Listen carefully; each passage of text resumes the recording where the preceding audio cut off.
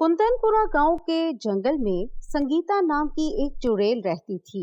संगीता चुड़ैल बहुत ही दयालु और अच्छे दिल की थी। वो गांव के लोगों की बहुत ज्यादा मदद किया करती थी। एक दिन गांव में कुछ लोग आकर दो बच्चियों को पेड़ के नीचे छोड़कर चले जाते हैं।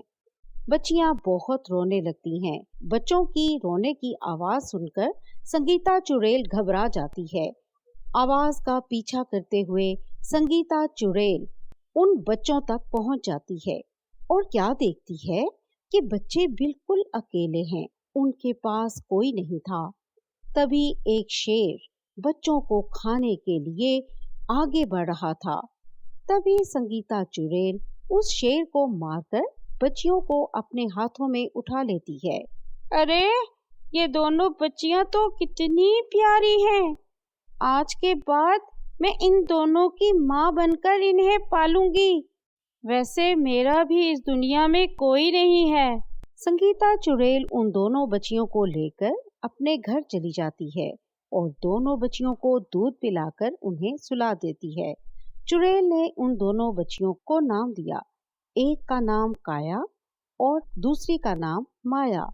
उन दोनों में माया थोड़ी सी सांवले रंग की थी, फिर भी सोनिया चुड़ैल उनको एक सा मान प्रेम करती थी। काया और माया को पता नहीं था कि उनकी माँ एक चुड़ैल है। संगीता चुड़ैल ने भी अपना असली रूप दोनों बच्चियों को नहीं दिखाया था। हर वक्त संगीता चुड़ैल उन दोनों बच्चियों की रक्षा करती थी और उन्हें अच्छे से पाल पोस कर बड़ा किया। संगीता चुड़ैल इंसानों का खाना नहीं खा सकती थी, बल्कि बकरे के मांस से ही उसका पेट भरता था। इसीलिए वो हर रात दोनों बच्चियों को सुलाकर जंगल में जाकर एक बकरा लेकर उसको मारकर खा जाती थी। एक दिन संगीता चुड़ैल को काया और माया देख लेती हैं कि वो आधी रात को कहीं जा रही थी।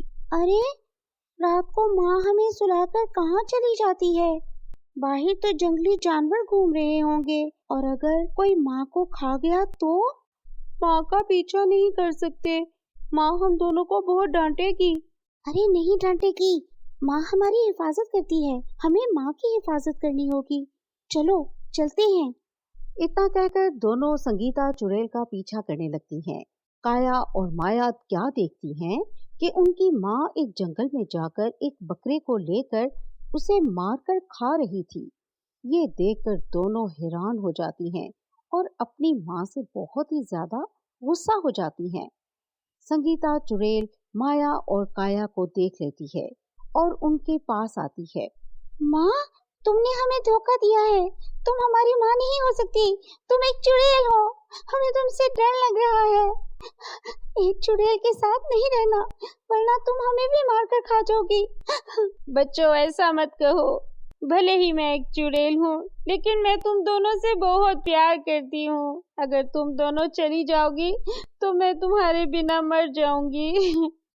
माया और काया अपनी चुड़ैल माँ की एक नहीं सुनती और वहाँ से चली जाती हैं। चलते चलते वो दोनों एक गांव में पहुँच जाती हैं। अब हम क्या करें? हमारे पास तो कुछ भी नहीं। हम दोनों मजदूरी करेंगे, लेकिन उस चुड़ैल माँ के पास कभी नहीं जाएंगे। अगर हमें अपनी जान प्यारी है तो हमें उस चुड़ैल माँ के पास कभी नहीं जाना चाहिए। दोनों एक घर के पास जाकर एक बुढ़िया से काम मांगने लगती हैं। बुढ़िया दोनों से बहुत ही ज्यादा काम करवाती है। दोनों काया और माया उस बुढ़िया का बहुत ही ज्यादा ख्याल रखकर उसका काम पूरा करती हैं। लेकिन काम होने के बाद वो बुढ़िया दोनों को धक्के मारकर बाहर निकाल देती है। दोनों काया और माया एक और जगह जाकर काम मांगने लगती हैं। औरत दोनों से बहुत ही ज्यादा काम करवाती है, लेकिन वो भी उन्हें पैसे नहीं देती और थोड़ा सा खाना देकर उन्हें वहां से भगा देती है। उस औरत ने दोनों को जो खाना दिया था वो बिल्कुल सड़ चुका था। ये देखकर दोनों काया और माया और भी ज्यादा दुखी होकर अपनी माँ को याद करके रोने लगती हैं। जैसी भी थी वो हमारी माँ थी, हमारा बहुत ज्यादा ख्याल रखती थी। हमें किसी भी चीज की कमी महसूस नहीं होने देती थी। हम दोनों ने उनके साथ बहुत बदतमीजी की है। चलो हम चलकर उनसे माफी मांगती हैं।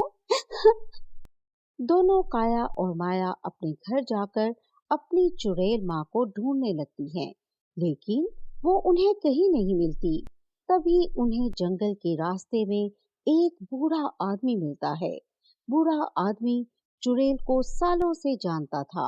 वो काया और माया को उस चुड़ैल माँ के बारे में सब कुछ बता देता है कि किस तरह उन दोनों को जंगल में छोड़ दिया गया था और संगीता चुड़ैल ने उन्हें पाल पोस कर बड़ा किया। ये सुनकर दोनों रो पड़ती हैं। बूढ़ा आदमी उन्हें बताता है कि उनकी माँ पहाड़ी के पास है।